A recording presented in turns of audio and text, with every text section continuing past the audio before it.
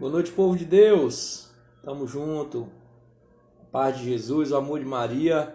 Sejam todos bem-vindos, sejam todas bem-vindas à nossa live número 8, o banquete do Cordeiro, a missa revelada no Apocalipse e o Apocalipse revelado na missa. Conteúdo espetacular, nossa jornada aqui tem sido maravilhosa, de muito aprendizado, tanto para mim quanto para todas as pessoas que têm participado conosco. Então, vamos chegando aí, galera. Vai dando o seu boa noite aí, você que vai chegando e vai compartilhando essa live, tá bom? Compartilha aí nos seus grupos de WhatsApp, compartilha aí com seus amigos no Instagram. O importante é você compartilhar para mais pessoas virem participar conosco aqui, tá bom? Alô, meu irmão, meu compadre Silas Rodrigues, você tá por onde, meu irmão? Essa hora, no meio do mundo. Ana Cristina, minha amiga, um abraço. Dona Marinete, um abraço também, minha amiga. Tudo de bom pra você. Só gente boa, né, pessoal, que chega aqui na nossa live. Pessoal maravilhoso que participa aqui das nossas lives. Então, pessoal, tem sido dias de muito aprendizado, é uma aventura muito bonita que nós temos feito aqui no nosso Instagram, com esse projeto de evangelização que nós temos feito, que está só no começo, tá, pessoal? Olha, o Sila tá dizendo, estou em Maracassumé. Eita, rapaz, bem aí, né? Imagina até o hotel onde é, já sei. Tá bom, meu irmão, Deus te abençoe aí onde você estiver. Volte logo pra cá, pra perto da gente, viu? Dona Eusilene, boa noite, minha irmã, seja bem-vinda. Pessoal, quem tá entrando na live, fica aí com a gente, tá? Barra tá mandando um abraço pra você. Um abraço, meu irmão, tudo de bom, Deus te abençoe, viu? Tudo de bom na sua vida, o Espírito Santo, ele esteja sempre contigo aí onde você estiver, amém? Tá no meio do mundo aí, igual o nosso amigo Silas, né? Pessoal, com a graça de Deus aí, trabalhando e buscando o melhor para suas famílias. Então, pessoal, você que está chegando aí na nossa live, fica aí com a gente, tá? Não sai. Daqui a pouquinho nós vamos ter sorteio de brindes aqui na nossa live, tá bom? E o conteúdo hoje está maravilhoso. Nosso conteúdo tem sido espetacular através do estudo desse livro, O Banquete do Cordeiro, do Scott Hahn. É um dos maiores pregadores católicos do mundo hoje na atualidade, esse americano que é o Scott Hahn. Então hoje nós vamos ver as grandes... tá na cidade assistindo aqui a tua live. Que bom, meu irmão. Tá na cidade, né? Seja bem-vindo. Tá bom? Nós te abraçamos aqui, essa figura, esse cara espetacular aí, nosso amigo Barra. Dona Lourdes, seja bem-vinda, minha irmã. Boa noite, a paz de Jesus. Tá? Vai chegando aí, pessoal, e vai compartilhando a live, tá? Vai compartilhando a live aí com seus contatos no Instagram e vai compartilhando o link nos grupos de WhatsApp que o pessoal vem, tá? Vamos fazer desse sábado à noite aqui um sábado de muito aprendizado, tá? Vamos aproveitar esse sábado à noite aqui. Luceni Souza entrou, seja bem-vinda, minha irmã. A paz de Jesus, boa noite. Pessoal, vamos começar. Vamos lá. Caneta, caderno, Bíblia na mão, que o nosso conteúdo hoje está maravilhoso, tá?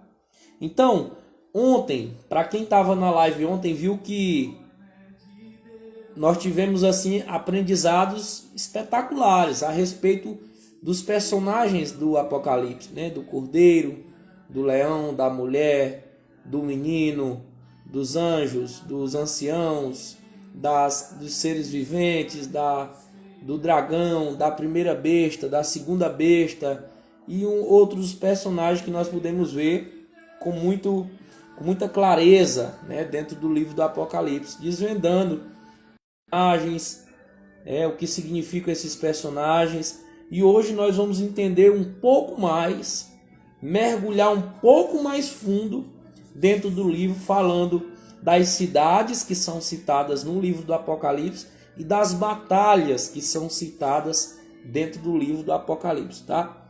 Kelly Jane, boa noite, minha irmã. Tava já sentindo sua falta aqui com a gente. Jaciene de Jesus. Kelliane, seja bem-vinda. Salve Maria Imaculada. Amém. Também nossa amiga Kelliane está sempre com a gente. Cabeção, Eduardo Lima chegando. Pessoal, tá chegando, pessoal. Vai compartilhando a live. Vai mandando a live nos seus contatos no Instagram, para os seus amigos no Instagram. E vai compartilhando o link nos grupos de WhatsApp, tá bom? Chama o pessoal para cá. E nós vamos começar o nosso conteúdo. Boa noite aí, minha irmã. Pessoal deixando um boa noite aí. Boa noite a todos. Então, hoje nós vamos falar sobre as cidades citadas no livro do Apocalipse. Principalmente as 4 cidades que são citadas: Sodoma, Egito, Jericó e Babilônia. Nós vamos saber por que essas cidades estão no meio dessa guerra, no meio desse Armagedon, desse fim dos tempos. Nayana entrou, seja bem-vinda, minha eterna coordenadora, minha amiga do coração, te amo, viu? Fica aí com a gente, tá? E convida mais pessoas para cá. Sodoma, Egito, Jericó e Babilônia. Por que essas cidades aparecem ali nas batalhas, no meio das desgraças anunciadas ali no livro do Apocalipse? O que significa a presença dessas cidades ali dentro dessa batalha que João vai falar no livro do Apocalipse? Vamos saber quem é a prostituta citada no livro do Apocalipse, o que significa essa guerra dos últimos tempos, né? E o que significa esse venho em breve de Jesus. Então, muitas coisas maravilhosas. A queda dessa cidade. Rapaz, aqui hoje está espetacular, viu? É isso aí. Cristiane também está com a gente. Minha comadre Maíra, Vanessa, boa noite, sejam bem-vindos. Minha amiga Mirna acabou de entrar na live também. Pessoal, sejam bem-vindos. Fica aí com a gente, tá? Fica aí com a gente. Pega o caderno, a caneta, a Bíblia. Compartilha essa live e vamos mergulhar nesse conteúdo agora, tá bom? Então vamos lá. Se você não assistiu a live de ontem, se você caiu hoje aqui nessa live e não assistiu a de ontem, eu indico que você assista, para que você possa compreender ainda melhor a live de hoje, o conteúdo de hoje. Então, uma guerra, né? Uma guerra extraordinária, espíritos demoníacos, reis de toda a terra se reunindo para guerrear, né? Então, tudo isso nós vamos ver a partir do capítulo 16, tá bom? Então, São João descreve uma guerra mundial, ao mesmo tempo que se trata de uma guerra espiritual. Os futuristas, como Hal Lindsey, que nós falamos na live anterior, escritora de uma dos livros mais vendidos no planeta Terra, né? O Grande Planeta Terra, o nome do livro, afirma que esses detalhes correspondem literalmente a uma batalha, ou seja, aconteceu ou acontecerá, essa guerra vai acontecer ainda. Então, no livro, Hal Lindsey, que escreveu, como eu já falei aqui várias vezes, dos livros mais vendidos no planeta Terra, ela sustenta a teoria, né, de que essa guerra da batalha final do Apocalipse, ela vai acontecer ainda. É a guerra do fim dos tempos. Então nós temos aqui essa corrente interpretativa de Hal Lindsey, que é muito citada no livro do Scott Hahn. Scott Hahn, todos nós sabemos que ele vem do protestantismo, ele era evangélico, então ele traz tudo isso dentro dos seus estudos enquanto católico e apresenta, né? Dona Sueli disse: cheguei, estava na farmácia, seja bem-vinda, viu, Dona Sueli? Nossa coordenadora. Daniela, Paulo Sérgio, Alice. Pessoal, a Kelly disse: ontem o sono e o cansaço me venceram, mas eis-me aqui. Pessoal, fica aqui com a gente, tá bom? Então, alguns católicos futuristas, quando nós falamos futuristas, são aquelas pessoas que defendem a teoria de que tudo o que está escrito no Apocalipse ainda vai acontecer, literalmente, né? De fato, dentro de uma realidade física, irá acontecer, né? Então, todas as vezes que nós falamos isso, essa palavra futurista, nos referimos a essas pessoas, né? Descobre a unidade e testemunho na visão de João, as predições de Fátima e acontecimento da atualidade. Ou seja, alguns católicos dentro da igreja sustentam a teoria, Paulo Sérgio, boa noite, meu irmão, a paz de Jesus, sustenta a teoria de que a mensagem de Fátima, tá? 1917, aos 3 pastorinhos, lá em Portugal, ela se junta e ela fortalece a teoria de que o relato do Apocalipse irá literalmente acontecer futuramente, né? Então, alguns católicos com essa visão futurista sustentam essa teoria, tá bom? Mas antes de nós, sucederam gerações e gerações e gerações de futuristas e morreram, perdendo anos preciosos com preocupações obsessivas. Muitos deles sustentavam. Então aqui, né? Nós também estamos aqui, Maria Zeneuda, Orlando e Maria. Tá bom, meu irmão, valeu. Brigadão aí, todo mundo ligado na live, um abraço, tá? Vocês estão aqui no meu coração do lado esquerdo, vocês moram aqui sem pagar aluguel, viu? Um abraço muito carinhoso. Fica aqui com a gente, não sai da live, tá bom? Então, alguns grandes estudiosos reconhecidos mundialmente, chamados futuristas, que defendiam a teoria de que essa guerra ia acontecer literalmente, de fato, sustentavam a teoria. Muitos diziam que o grande apocalipse, a grande guerra, a grande besta seria Hitler, por exemplo. E a história mostrou que não se tratava de Hitler. Outros sustentaram a teoria de que era Stalin. Outros sustentaram a teoria de que era Napoleão Bonaparte, né? O grande conquistador da França, revolucionário. Outros sustentavam tantas outras teorias, e essas teorias foram caindo por terra, né? Então o mundo não acabou. Você imagina para um judeu, para um cristão, vivendo na época do Holocausto, na época de Hitler. O cara dizia, não, Apocalipse é aqui, o fim do mundo chegou, acabou, né? E isso não aconteceu. Então, governantes horríveis vêm e vão. Cenários futuristas se levantam e se dissipam como a fumaça, à medida que o último ano do futuro se desvanece na história. Ou seja, com o passar dos tempos, as teorias futuristas elas tendem a cair. Então nós já vimos nas lives passadas, não adianta se apegar a uma visão, a uma corrente teológica, a uma base interpretativa do texto do Apocalipse. Não adianta criar um fundamentalismo bíblico, uma literariedade do texto, né? Nós precisamos entender que o texto ele corresponde a uma realidade literal, ou seja, que aconteceu, que acontece na época de João, na época do Apocalipse, que acontecerá, né? E corresponde a uma realidade não só literal, mas espiritual também. Então, o equilíbrio está no meio. Nem sustentar só a literariedade do texto, nem só a espiritualidade do texto. Nem acreditar que tudo é literal, nem acreditar que tudo é espiritual, mas o equilíbrio está no meio. O Apocalipse se trata de realidades literais e espirituais, das quais nós vamos entender um pouco melhor hoje. A Kellyanne está dizendo, vamos compartilhar, meu povo, para outras almas beber dessa fonte. Vamos compartilhar, pessoal. Manda aí para o pessoal no Instagram, compartilha o link nos grupos de WhatsApp, chama o pessoal para cá que está só começando, tá bom? Então vamos lá que tem muito conteúdo hoje, tá bom? Então, Santo Agostinho, né? Santo Agostinho, ele vai dizer assim no livro Cidade de Deus. São Tomás de Aquino também, na Suma Teológica, eles vão dizer assim: não é fácil saber o que podem significar esses símbolos, porque os sinais que lemos se referem não só à vinda de Cristo para julgar, mas também ao tempo do saque de Jerusalém e à vinda de Cristo que visita incessantemente a sua igreja.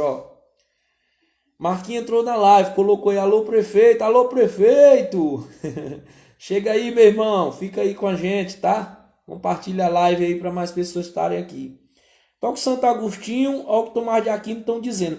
Não é fácil entender o texto, já que se trata de uma realidade futura do Cristo que virá para julgar, de uma realidade passada da Jerusalém que cai, que é destruída, e de uma realidade presente, da qual Jesus vem ao nosso encontro todos os dias.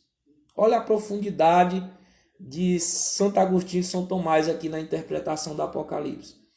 O Apocalipse se trata de uma realidade passada, eles até citam especificamente a queda de Jerusalém, e nós vamos estudar isso aqui hoje.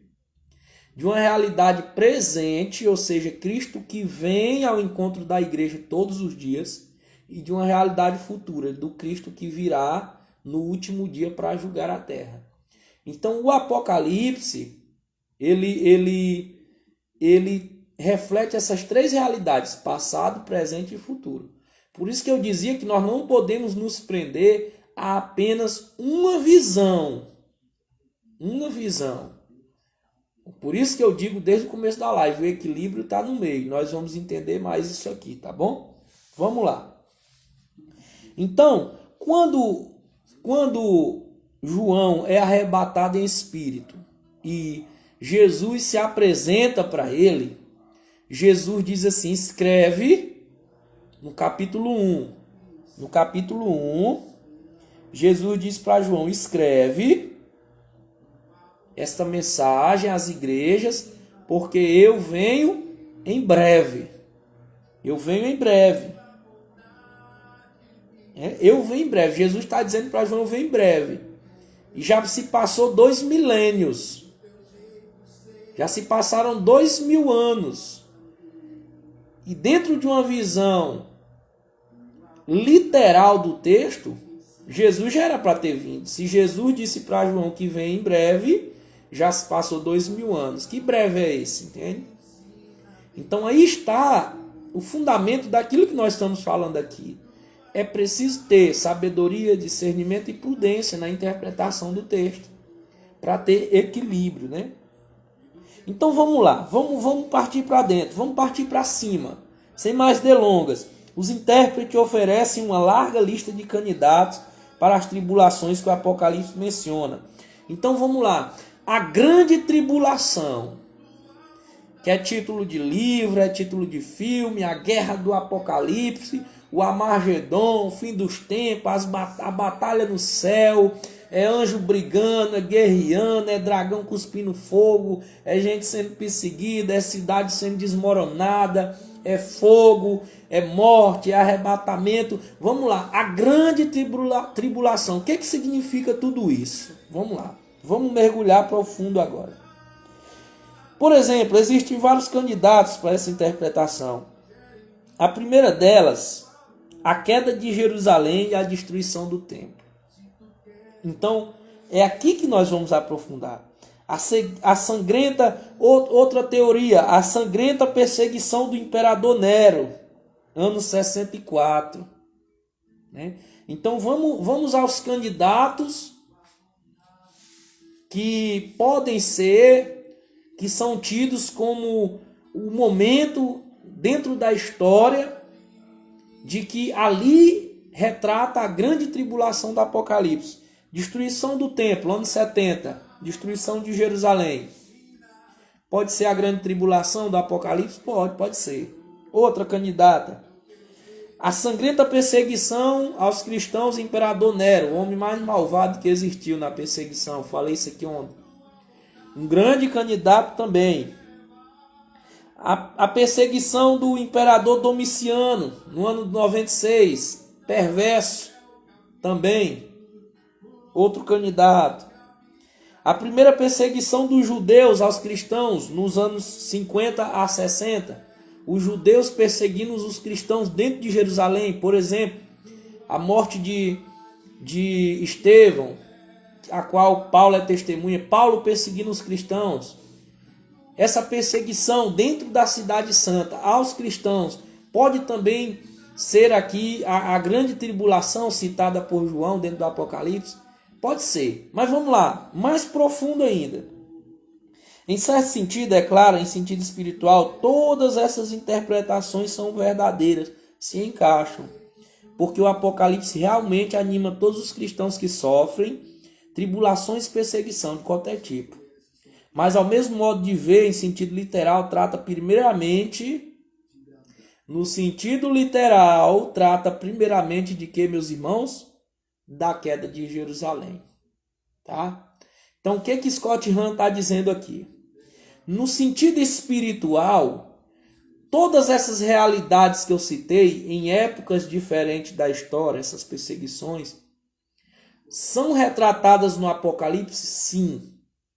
Mas principalmente, fundamentalmente, literalmente, João se referia, quando João falava da grande tribulação, do fim dos tempos, da queda da humanidade, dessa guerra, dessa luta, do Armagedon do Apocalipse, João estava se referindo literalmente à queda de Jerusalém.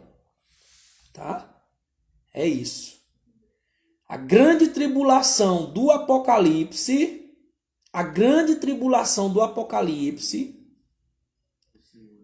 dos capítulos 15, 16, 17, 18, todo aquele desastre, aquela guerra no céu, aquela perseguição, né? Eu falava no início da live, se trata literalmente da queda de Jerusalém. Por quê? Vamos entender melhor. Então vamos lá. As coisas que devem acontecer muito em breve, né? Jesus disse para João, no Apocalipse 1, versículo 1. A mensagem volta a aparecer. Jesus está dizendo, vem logo. Alguns dos que aqui estão não provarão a morte até que vejam o Filho do Homem vindo em seu reino. Jesus falou. Né? Em verdade vos digo que esta geração não passará sem que tudo isso aconteça. Ou seja, Scott Hahn está trazendo aqui as referências dos evangelhos quando Jesus vai dizer, Mateus 16, alguns dos que estão aqui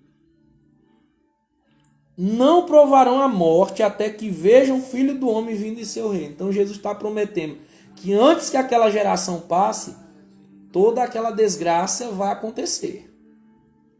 Né?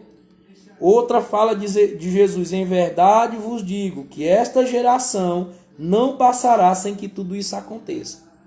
Jesus falando do fim dos tempos, Jesus está falando no Evangelho de Mateus que a geração dele, aquela geração de cristãos, não iam morrer sem ver o fim dos tempos.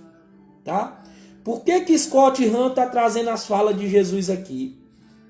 Para mostrar para nós, nessa noite, nós que estamos aqui, que a realidade apresentada no livro do Apocalipse, a batalha final, o Armagedon, tá?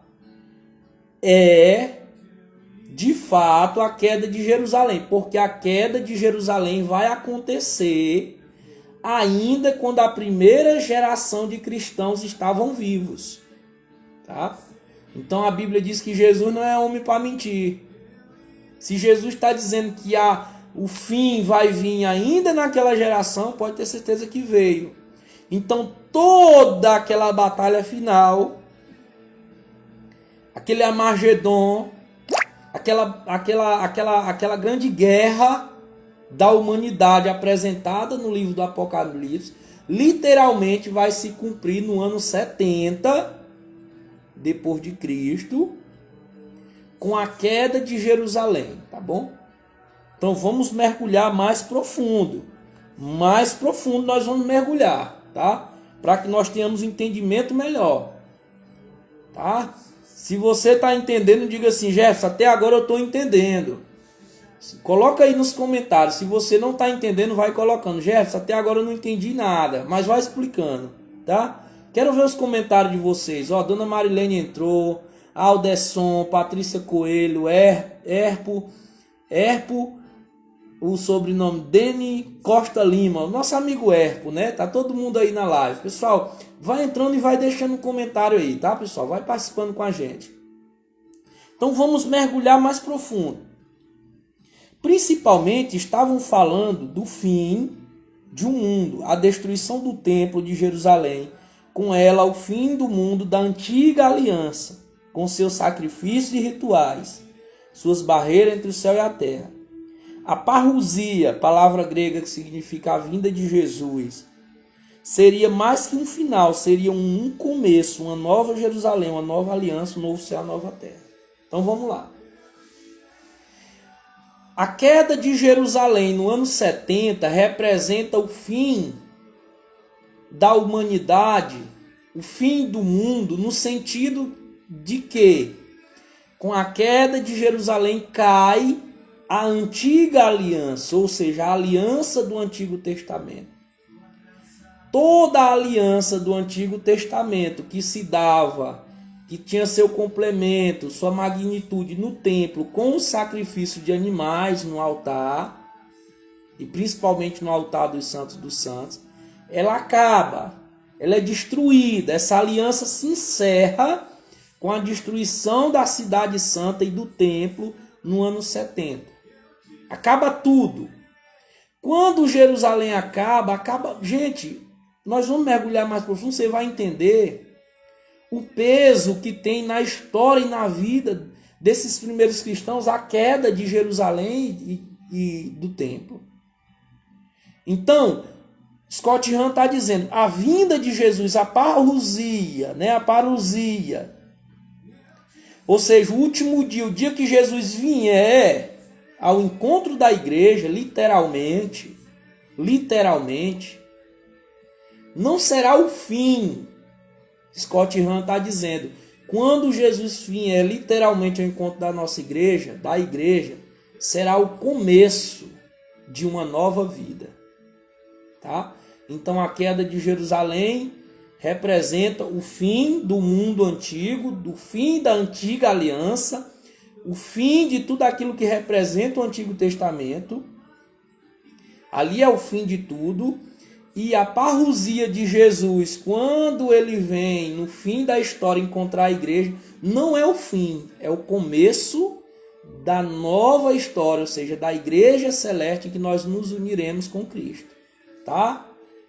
Então olha aqui quanta visão distorcida cai por terra nesse momento, nessa live. Então, se você me perguntar, Gerberson, você está dizendo que quando Jesus vier não é o fim? Eu estou dizendo isso, exatamente. Quando Jesus vier é o começo de tudo.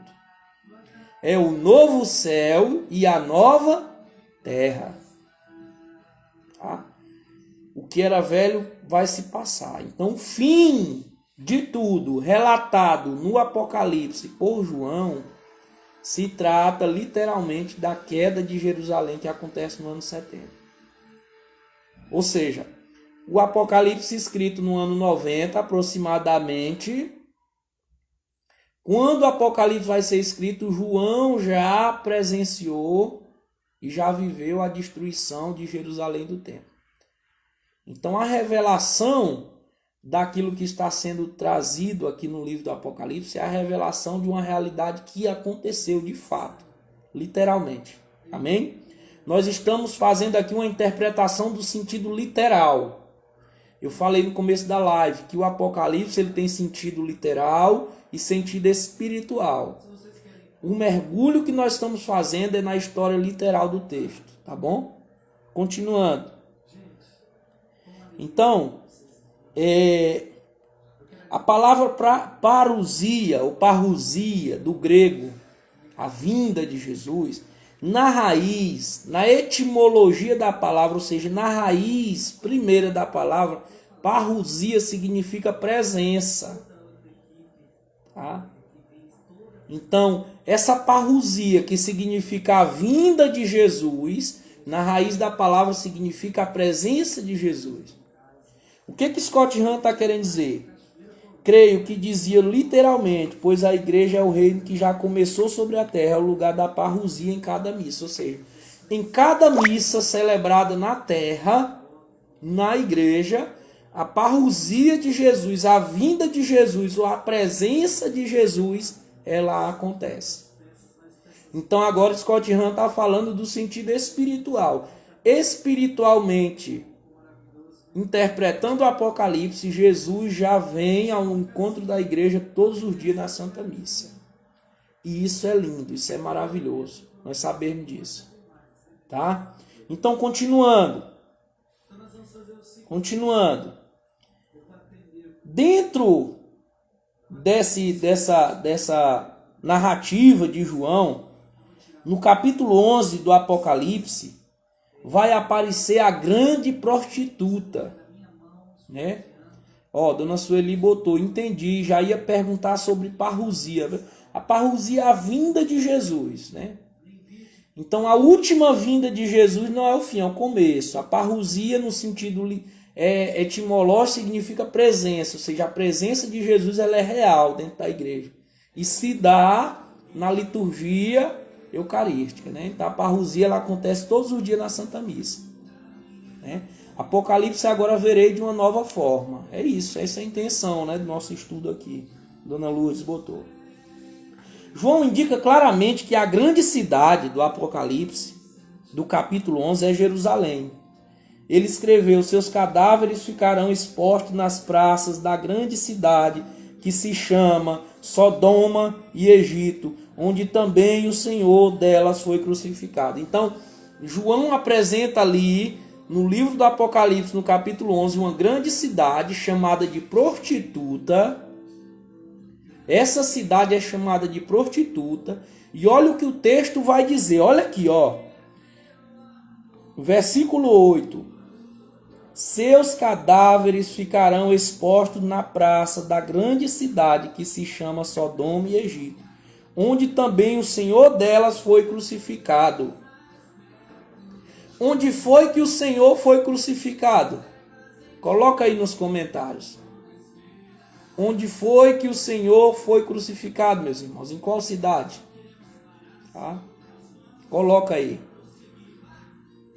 Então, a grande prostituta, a grande cidade, a Sodoma e o Egito, que João está mostrando no livro do Apocalipse, onde os cadáveres estão estendidos na praça e onde o Senhor delas foi crucificado. Que cidade é essa? Jerusalém. Jerusalém. Você não, Jefferson, eu não acredito. Jerusalém, pelo amor de Deus, Jerusalém é Jerusalém. Tá? Então, olha aqui o tamanho do mergulho que nós estamos fazendo aqui no livro. João está apresentando Jerusalém como uma grande prostituta do Apocalipse. A Sodoma e o Egito, tá? Por quê? Vamos mergulhando. Ó, os comentários estão chegando agora. Jerusalém. Vamos mergulhando mais profundo. Por quê? Em Apocalipse 17, agora nós vamos para o capítulo 17. Ao tratar da prostituta, ele diz assim: embriagada com o sangue dos santos e com o sangue dos mártires. Aonde foi que os mártires foram perseguidos no primeiro século? Quando João diz que essa prostituta ela está embriagada com o sangue dos mártires, é porque ali em Jerusalém foi derramado o sangue dos primeiros cristãos que morreram por Jesus. Então, essa revelação de João, como apresentando Jerusalém como uma grande prostituta do Apocalipse, ele encaixa perfeitamente com as denúncias feitas pelo profeta Jeremias, pelo profeta Ezequiel, pelo profeta Isaías. Todos esses profetas denunciaram e exortaram Jerusalém, chamando-a de adúltera, já que Jerusalém tinha sido escolhida para ser a esposa de Cristo, a cidade santa, sendo infiel e adorando outros deuses. Jeremias, Ezequiel e Isaías vão chamar ela de adúltera, de prostituta, porque traiu ao Deus verdadeiro e se entregou a outros deuses. Então Deus escolheu aquela cidade para ser sua esposa. Aquela cidade se volta para outros deuses. Os profetas chegam e chamam de adúltera, de prostituta. Então essa visão encaixa perfeitamente com a visão dos profetas. Tá? Vamos para frente. Seguidamente, nos capítulos 20 e 21, agora a gente vai para o capítulo 20 e 21 do Apocalipse, vemos a nova Jerusalém descer do céu. Olha, não é a Jerusalém da terra, é outra Jerusalém.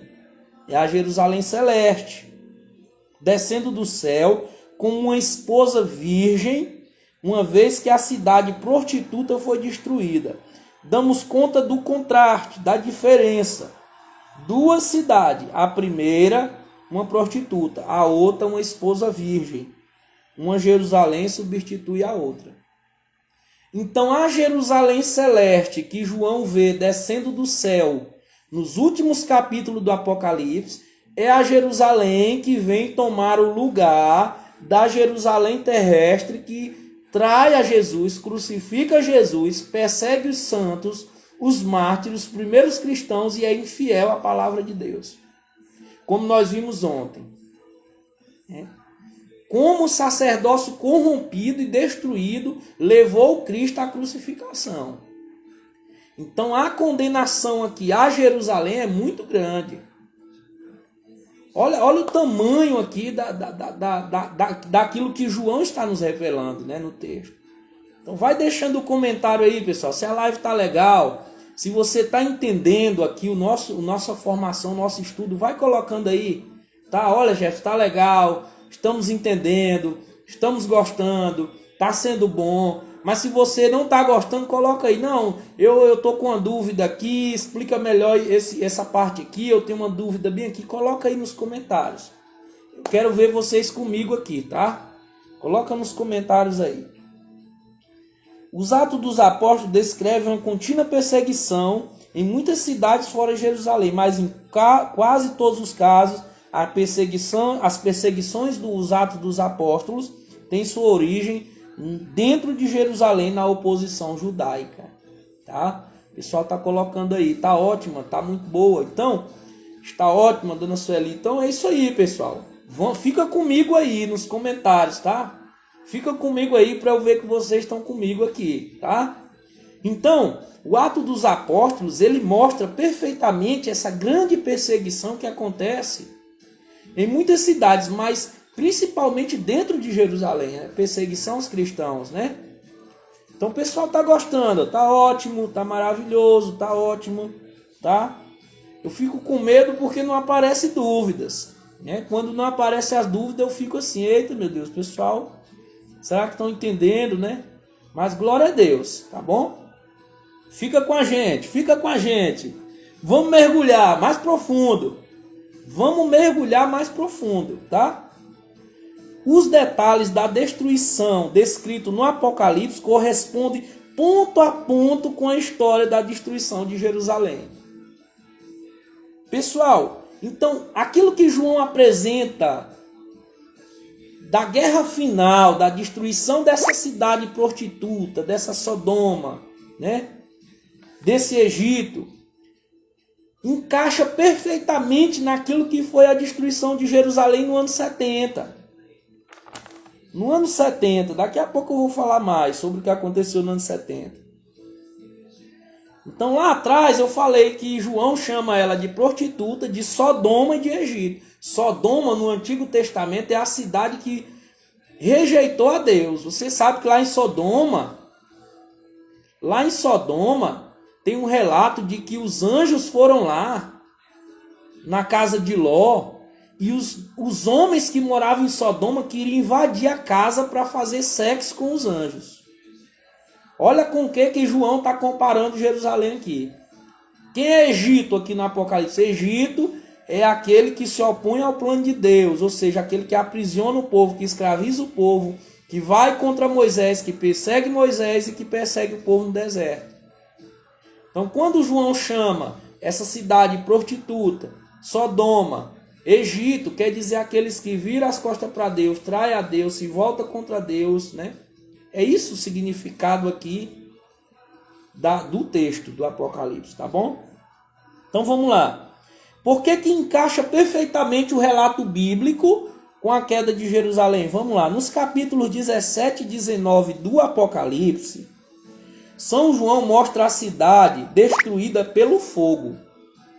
Então a cidade lá, a prostituta do capítulo 17, 19, ela é destruída pelo fogo. E Jerusalém no ano 70 foi destruída como? Incendiada pelo fogo.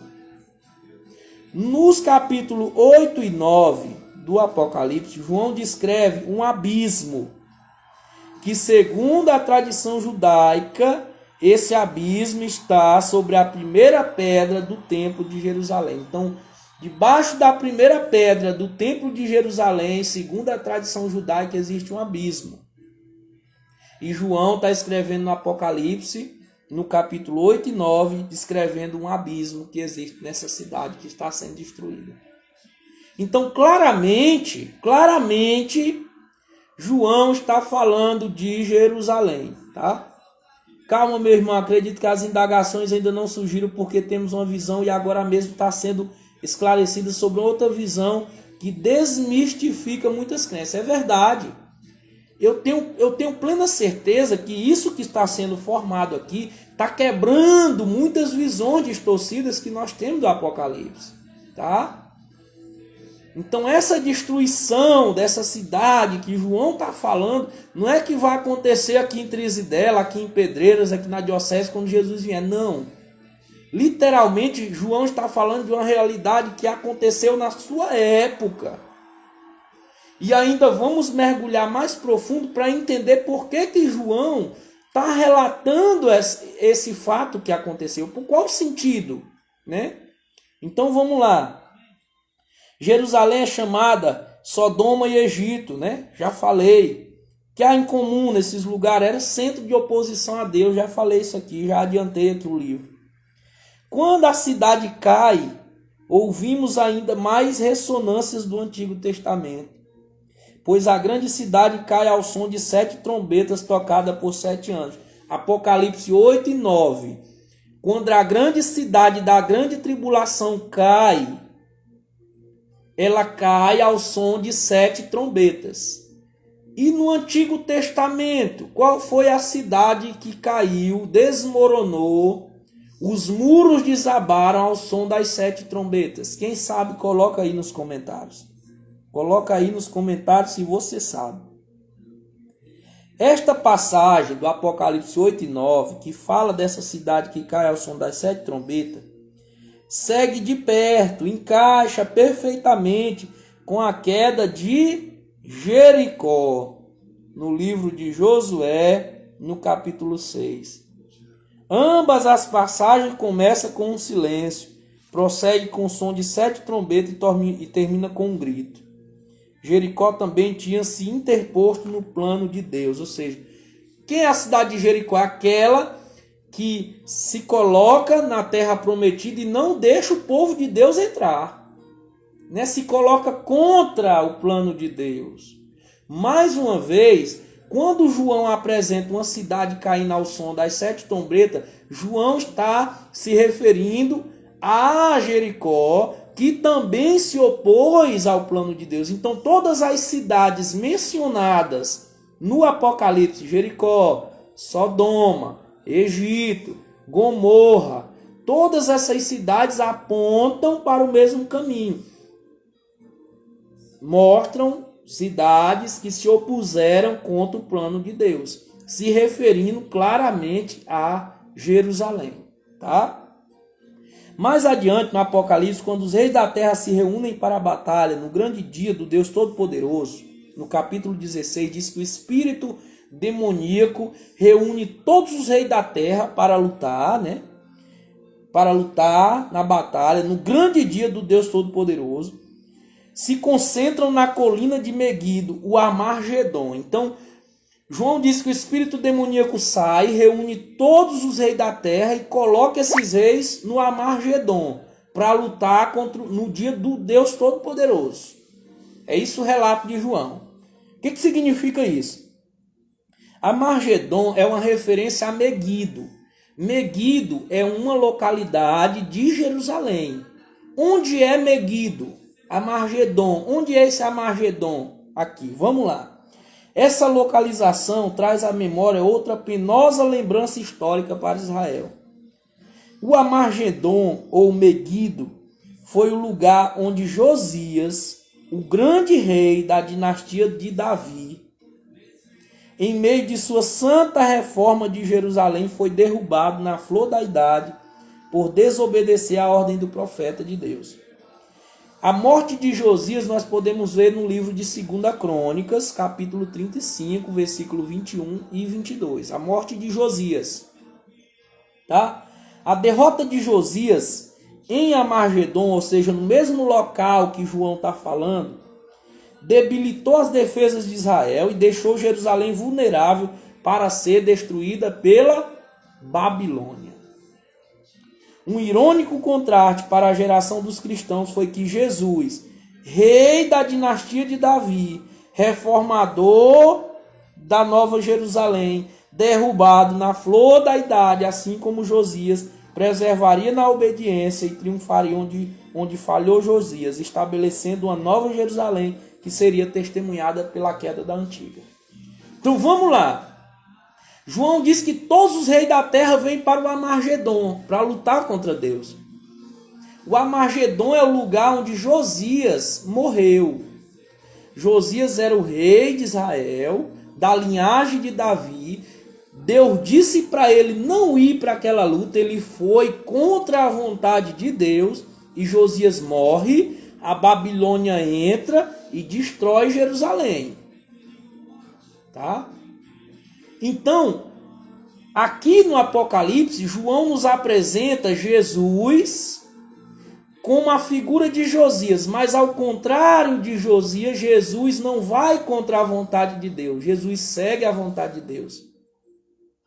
Tá? Jesus é da linhagem de Davi, assim como Josias. Jesus está lutando pela nova Jerusalém, assim como Josias. Jesus morre em Jerusalém, assim como Josias. Mas há um contraponto entre Josias e Jesus. Josias foi contra a vontade de Deus. Jesus cumpriu perfeitamente a vontade de Deus. Então, enquanto em Crônicas 2, Jerusalém, a cidade da terra, foi invadida pela Babilônia, aqui no Apocalipse, João apresenta a Jerusalém celeste, que é defendida por Jesus e que Jesus vence. Então a Jerusalém celeste, ela não é destruída, porque Jesus cumpre perfeitamente a vontade de Deus. Já a Jerusalém da terra é destruída pela Babilônia, porque Josias vai contra a vontade de Deus. Então nessa grande batalha, onde todos os reis da terra vêm lutar contra o Cordeiro, os reis da terra se dispersam, eles perdem a batalha. Você pode ler o relato, capítulo 16, os reis da terra fogem. Porque ao contrário de Josias, Jesus cumpre a vontade de Deus. Então olha a beleza do texto do Apocalipse, gente. A gente fica imaginando um monte de paranoia, né? Um monte de paranoia. Mas João está revelando o Antigo Testamento, apresentando uma visão de um novo céu, de uma nova terra, de um Salvador, de um Cordeiro, de uma glória eterna, de uma Jerusalém celeste. É uma mensagem de esperança para aqueles cristãos que estão ali no meio de toda aquela destruição daquela época. Tá? Então vamos lá. Foi Tito Vespasiano que no ano 70 invadiu Jerusalém e acabou com tudo. Foi Tito, imperador romano. Tá? Então a desgraça foi muito grande. Tito ele veio com o Império Romano, invadiu, lutou contra os judeus, acabou com tudo, gente. Tocou fogo na cidade, matou todo mundo. Ficou as mulheres e as crianças, né?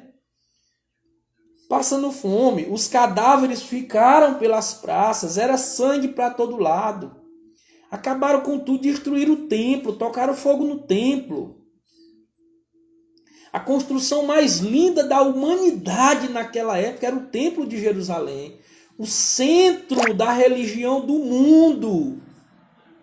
Ali estava toda a fé daquele povo, ali estava naquele templo toda a história daquele povo durante milênios, durante 1000 anos. Aquele povo teve como centro de espiritualidade, como raiz de espiritualidade, como centro de devoção, de adoração, de toda a sua vida estava ali, enraizada naquele templo. Eu falava na live anterior, o templo não estava dentro de Jerusalém, não. Era Jerusalém que estava ao redor do templo, porque o templo tinha uma importância que nós não podemos dimensionar aqui. Então, quando esse templo é destruído, incendiado, saqueado, levaram tudo. Levaram os candelabros, levaram as escrituras, levaram tudo que tinha de mais precioso, né? Então, o cenário que ficou depois da destruição foi um cenário de guerra. Devastação total ficou Jerusalém. Mais uma vez, eu vou citar aqui Flávio José, que é considerado um dos maiores historiadores judeu que viveu na época dos primeiros cristãos, né? Muitas pessoas não sabem, Flávio José viveu na época dos primeiros cristãos, é judeu, ele escreveu nos seus relatos, nos seus livros, ele escreveu que em Jerusalém, quando Tito Vespasiano destruiu a cidade, as mulheres que sobraram em Jerusalém passaram tanta fome, que a certo ponto elas começaram a comer os próprios filhos. Tá? Esse é um relato histórico, documentado, isso é história. Tá?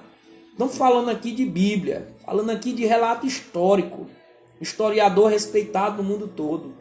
As mulheres que ficaram em Jerusalém depois da destruição comeram os próprios filhos de tanta fome. Então você percebe que como toda essa calamidade descrita por João no relato do Apocalipse se refere a uma realidade literal que aconteceu na sua época, a gente começa a ter um entendimento maior agora, entendeu?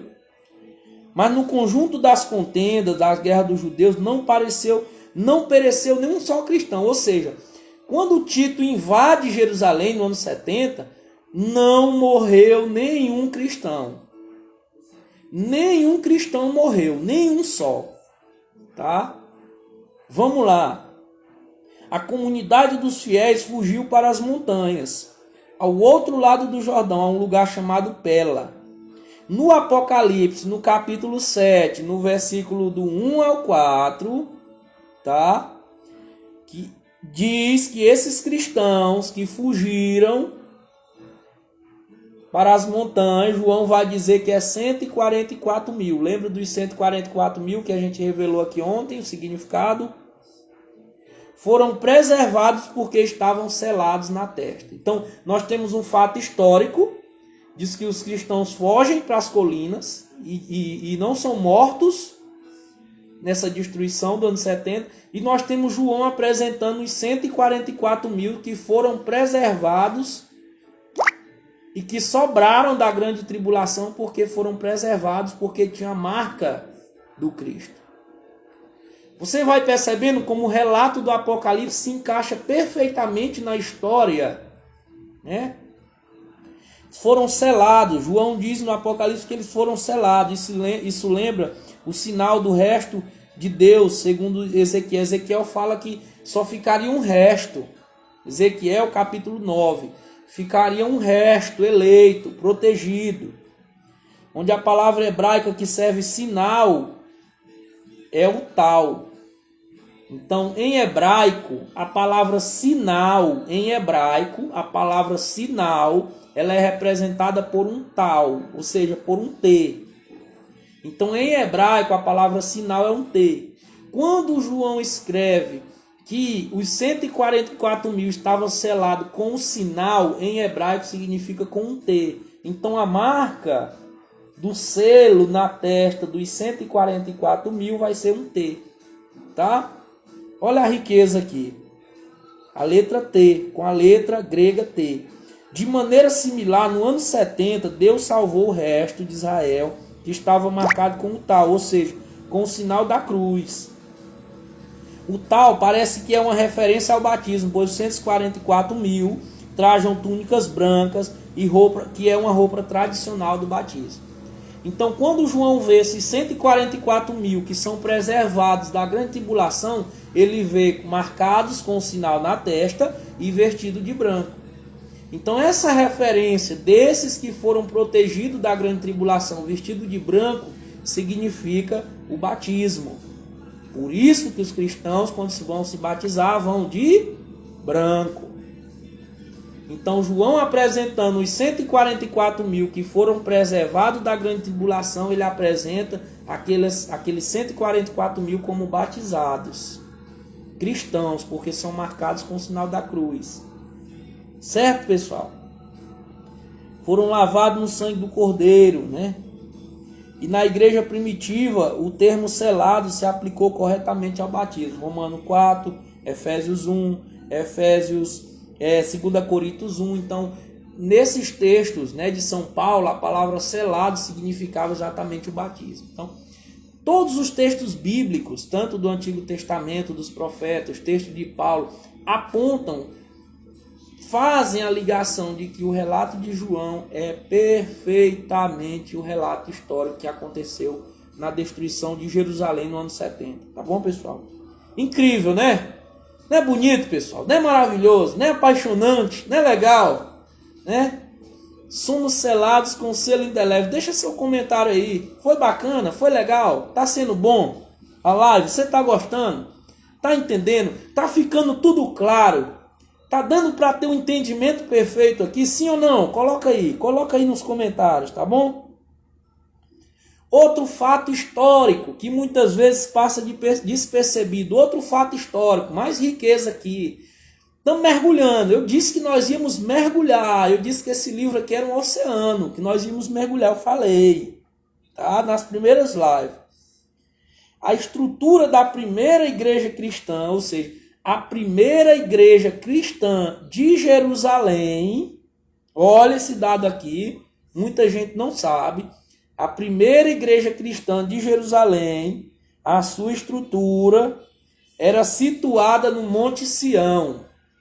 Tá? A primeira igreja cristã em Jerusalém, ela está no Monte Sião. Grava aí, está no Monte Sião. Isso aqui vai ser um ponto fundamental para a revelação aqui do texto, tá bom? No Monte Sião. No ano 70, tá? E essa igreja, que é a primeira igreja cristã, que está no Monte Sião, ela não foi destruída no ano 70. Quando Tito invadiu Jerusalém, destruiu Jerusalém, a igreja em Sião não sofreu nenhum dano, não foi destruída, tá bom? Não foi destruída, esse é o primeiro fato. No ano 70, a 10ª Legião Romana se instalou entre a igreja de Sião e os setores incendiados de Jerusalém. Ou seja, quando Tito Vespasiano acabou com Jerusalém, destruiu, eles não foram embora, eles se acamparam. E eles ficaram acampados num local entre o Monte Sião, que ficava a igreja dos cristãos, e entre a Jerusalém destruída. Eles ficaram ali por muito tempo. Mas nunca fizeram mal à igreja de Sião. A igreja de Sião, tá bom?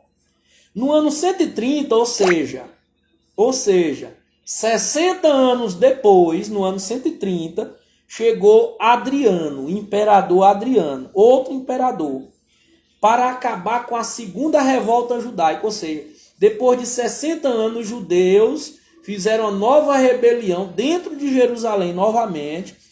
Adriano, o imperador, vem de Roma e entra em Jerusalém e acaba com tudo de novo. Acaba com tudo de novo. Pela segunda vez, eles entram em Jerusalém e matam os judeus e acabam com tudo. De novo. De novo. Tá? Estava tudo em ruína, mas eles foram lá e destruíram mais ainda. Aí Santo Epifânio, tá?